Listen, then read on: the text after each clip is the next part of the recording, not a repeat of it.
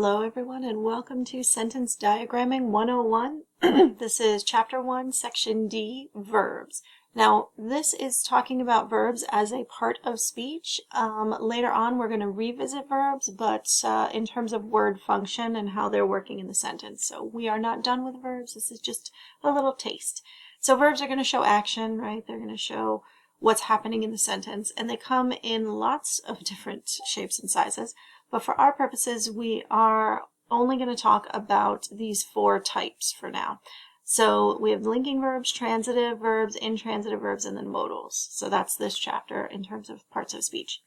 So let's jump in. Linking verbs literally link your subject to the rest of the sentence. And they're all forms of the verb to be. So they're going to be am, is, were, was, be, being, and been. But other verbs like seems, tastes, smells, those are also linking verbs. So the soundtrack was lovely, linking verb. Was is linking verb. Lovely is actually something called the subject complement, but it's acting as it is an adjective. It's acting as something that goes back and describes your subject, so it complements your subject. That's why. So we're getting a little sneak preview of what's going to happen in the next chapter 2 here. But for now, you just need to know that is and was are linking verbs. Transitive verbs are a little bit more involved. So trans just means across, right? Like transcontinental railroad goes across the continent. So the idea is that a transitive verb is going to move forward in the sentence and affect another thing. Usually that thing is called the direct object because it is directly receiving the action of the verb. So again, when identifying verbs and whether it's a linking verb, transitive, intransitive, or modal, you have to get a little more involved and think about word function as well. So in this case, held is transitive because you can say held what? Held the bag. And because there's an answer, the bag, right, that makes this transitive. So Becky called what? Called her friend. Okay, so transitive. Travis considered the sale successful. Travis considered what? The sale. So that is also a transitive verb. It goes across the sentence. And then you've got, Anna gave me the story. So what did she give? Well, she gave the story, but she gave you a thing. So transitive verb. Now, sometimes sentences don't go across. The action of the verb, doesn't go across the sentence. Those are called intransitive, right? In meaning no. So they're not going to have an object, or they're not going to have a complement, right? A thing after them that they're affecting. Like the baby laughed.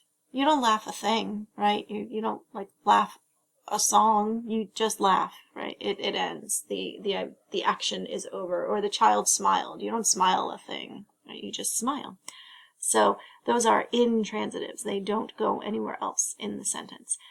And then finally, we have modals. All right, modals are super old. They've been in our language for a very, very long time. And you probably have heard of these, but under the guise of either helping verbs or auxiliary verbs, right? Different books call them different things over time. There are 10 of them. There can, could, may, might, will, would, shall, should, must, and ought to. I know do is also a modal, but it's not considered an official modal. Never mind. But for our purposes, we've got can and could, right? Which implies possibility, ability, or like a request for permission. Can I? This is that snooty, like, where you ask your teacher, can I go to the bathroom? And they say, I don't know, can you? Yeah, well, can is going to imply possibility or the ability. So that's why they do that, even though it's not a very nice thing to do. But could is going to be a different situation, right? Could means I have ability and possibility, but maybe I don't want to go. Like, I'm not motivated. Generally speaking, when people say could, like I could have done the thing, I could go, usually they're not going to go. That's usually how we use it. Can and could, like I can do a thing or I could do a thing. I could, but maybe I don't want to right now.